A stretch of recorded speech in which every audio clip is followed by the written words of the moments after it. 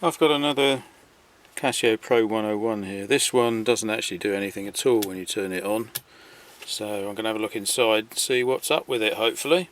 Well, so there was quite a lot of battery leakage. There's some on the inside of the back case, and at first sight it didn't look too bad, but there's actually corrosion on the connector here, and there's battery leakage all over the PCB here, or the sort of battery leakage fluid. There isn't a huge amount of damage in terms of tracks, but these ICs here, they've got corroded legs, so that's not looking too good there. Overall, not too bad. There's a bit on the keyboard here. That's quite usual. So you can see here's tracks discoloured because the battery leakage is in this sort of area. Gets the RAM chips and the keyboard. Not too bad. I think maybe with a clean-up might get some life out of it. This connector here, it's not too bad overall. The ICs, with a clean-up they might be alright, but as it happens, these three ICs here I can actually replace with Picos, I think. This one here, these two I've done before, and that one I know what that is now, and I've got the FX201P RAM replacement code and PCB. This connector here is corroded fairly badly. I think that needs replacing. That might be part of the initial problem, together with these chips corroding. Unfortunately the processor's got a bit of corrosion as well, so the whole thing needs cleaning up, and we'll see what happens then, I think, but it definitely doesn't turn on at the moment. So I've had a look at this, and there's quite a lot of battery corrosion, and so I've removed the RAM chips, because I'll probably, if I do get the thing working, I'll replace those with my Pico replacements, which will give me the program and the memory space all emulated. But at the moment there's battery corrosion. I've cleaned it off. It doesn't seem too bad, but it seems to be in this area here, and it gets the bottom of the processor as well on some pins a little bit here. The rest of the PCB seems to be fine. I've checked voltages because I've got measurements from the other PRO-101 that I actually did manage to repair, because just the RAM had gone. Everything appeared on the display and functioned, keyboard and everything, and they seem alright. So I was concerned that this had been damaged and wasn't working, because that generates a lot of the voltages, and it's fine. And the clock's there as well, because I can see that on the HD36106 RAM chip, and the voltages on there are fine as well. So at the moment I think this chip is probably okay, but maybe the communication between here and the display isn't correct.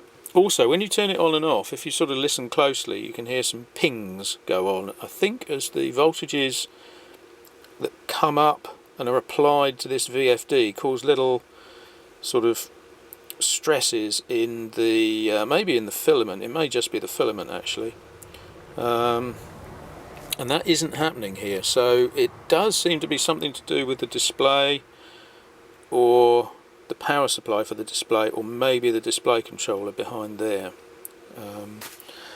So to make things easier, I've put pin headers down here and on the keyboard, so I can take the keyboard on and off, that's not a problem. And I've made another sort of butterfly connector, so I can have the keyboard attached while I'm probing signals. I had to make another one because I sent the other one off with the other PRO-101, and I've got one for the 201P, but it's a different pin out. What else? I've also noticed that this 40-pin IC isn't a 40-pin IC, it's a 42-pin IC, which is quite odd. And also under the display there's another 40-pin IC, which also turns out not to be a 40-pin IC, it's actually a 36-pin IC. So it looks sort of straightforward with two 40-pin ICs, but it's not. Doesn't seem to be any capacitor leakage. I might have a look on the capacitors. All the rails are fine, there's no ripple or anything. I'm not sure that all the wires are still conducting here in the area with the battery corrosion, so I will have a look at that and check that they're working. I've got address lines going up and down on the what did I check on? I think I checked on the TC5006, this one here, So there is stuff going on. There's address lines going up and down from here. The clock, which I think, not sure where the clock's generated from actually, but anyway, clock seems fine. It's a two-phase clock and that goes to the HD36106. I've had a look on the VFD signals and they're all low, so there's no scanning going on the display, which sort of points a bit more towards this chip up here under the display, and unfortunately they've painted the number off on that one. I don't really know why, because all the others are pretty obvious. I mean, it doesn't help you much. Well, it does with this one and the two Toshiba RAM chips down here, because you can get data sheets for those and things that are similar, but it doesn't help you with this because who knows what's in there. So at the moment it's not looking particularly good, because it's sort of looking at the display. If it's a display tube, I think that might be a problem, although actually, have I got a 201 here somewhere? I'm wondering if a 201 display will fit in there. Let's see if I can find one. Because I do have... There's a 201. That looks like a very similar display, doesn't it? So I could swap the display out, maybe, and see whether I can get that working. Now, interestingly, 1, 2, 3, 4, 5, 6, 7, 8, 9, 10, 11, 12, 13, 14, 15, 16, 17, 18 now. That's also a 36 pin sort of display driver under there, and that one hasn't been painted off. It's an HD37603.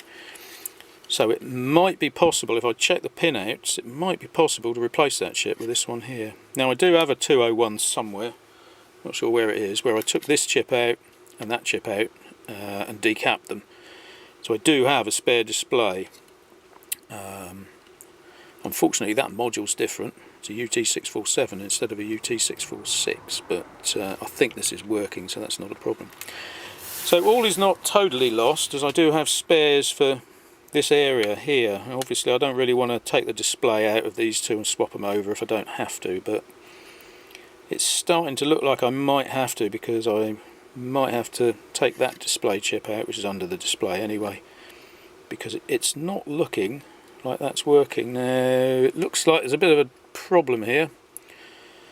That's a shame, because the it may be that the pin outs of the VFD are just totally different. They do look a bit, well, they look very similar, but unfortunately I think the well, let's just hope that the signals on this side match the signals on that side. These have got glass down through the wires, which means they're fixed in that position, and these haven't, so that could be a problem. This one probably wouldn't easily fit on here. There'd be a lot of rewiring to do. Let's see if I can find the one with no ICs in it, which is probably the best candidate for... I can't find it. Where is it? Oh, is that it?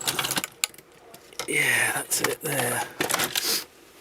So this one, it's got the same, you can see the glass has been sort of pushed down onto the wires, which means that those wires want to be in sort of single in line on either side, and here you've got two rows of wires. But it does look like a very similar display, so it might be worth swapping that maybe. The alternative is just to swap out this 36 pin IC. It's a shame they haven't got the number of the device on there, because that would mean that I could swap out one of these and put a whole new chip in there. But anyway, so it sort of looks like it's maybe just a display problem. Obviously it's not working properly at the moment because there's no RAM chips in there, but I don't think that affects the operation of the machine. I have run the other PRO-101 with no 5006s and it was fine, it just couldn't store a program. This one might cause it more problems, but I don't think so. I do have it here, I have it there, and I do actually have spares because I've got a FX201 that I took the RAM chip out of, and I think there were two actually. There's two of those in the 201. Took both of them out and replaced them with a Pico, so I do have spare chips. Yeah, so I think I'm just going to investigate the display area a bit more and see if I can find some problems with battery corrosion, which is really what it sort of looks like, because it's the only real problem with it. The board's quite clean. The keyboard's got a little bit of corrosion. You can see it in this area here, which sort of matches this area here, but none of the tracks seem to have failed. And this keyboard is different to the 201. On the 201 the power switch is over here somewhere. On the PRO-101 it's here, which means you can run this, I think, without the keyboard, because the supply doesn't go through a switch on this board. On the 201 you need the keyboard attached to turn it on, unless you do some jumpering. So this is a bit more convenient to work on. Running off a power supply instead of the battery in case that was a problem, but it didn't seem to be. And all the supplies, as I said, are there, so I think I might take that IC out as well, because there is corrosion under there, and if these pins actually go up there, then maybe that's the problem. But it's a fair old job, but I think I can probably manage that. So yeah, state of play, quite a lot of stuff is working. So the PRO-101, I've taken some more ICs out. I've taken out all the RAM chips now and checked underneath. Everything seems fine now. I've cleaned it up a bit. Taken out the, what was it, 4075 here logic chip. Cleaned up underneath there. At the moment it still doesn't work. I've got it powered off a power supply, and I've taken the power switch off because that was sort of hanging around and the wires were falling off. I've got the chips I've taken out. I don't know if these work or not. I suspect these two don't, and that one does, and that one does, which is what I found on the other PRO-101. I've checked up here, and the IC under here is actually different to the one on the 201. I think it's an HD, what is it, an HD 37603 on the 201, probably 202.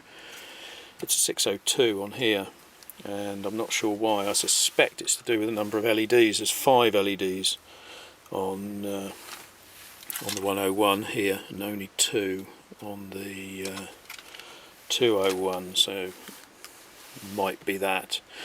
There's also a 7-pin device here. I don't know what that is, and that's not on the 201, so maybe they've put some of that circuitry into this IC here as well. Unfortunately, that means I can't swap the ICs over. So if it's this IC that's gone, then that's it. Can't actually fix it by replacing the IC out of here.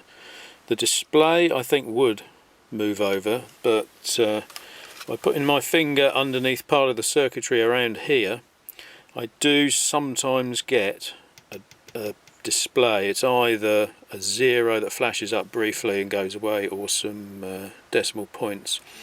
So this tube is fine, I think. I don't think there's anything wrong with that. So I think the next step will be to take this IC out, because there is corrosion at the bottom, and have another look round here and check the clock circuit now. The clock was working previously, but now it doesn't seem to be working as well, so I don't really understand what's going on there. That then stops all the ICs working, because the clock goes to the RAM chip here, this IC, and the IC under the display, which does seem to be a display driver controller.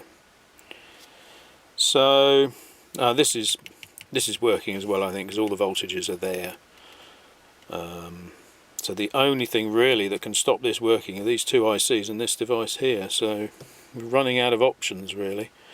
And the clock seems to only go between the ICs. It sort of goes around here, but there's only a resistor pulling it up, I think, or something like that. Although it may be that it's coming from here.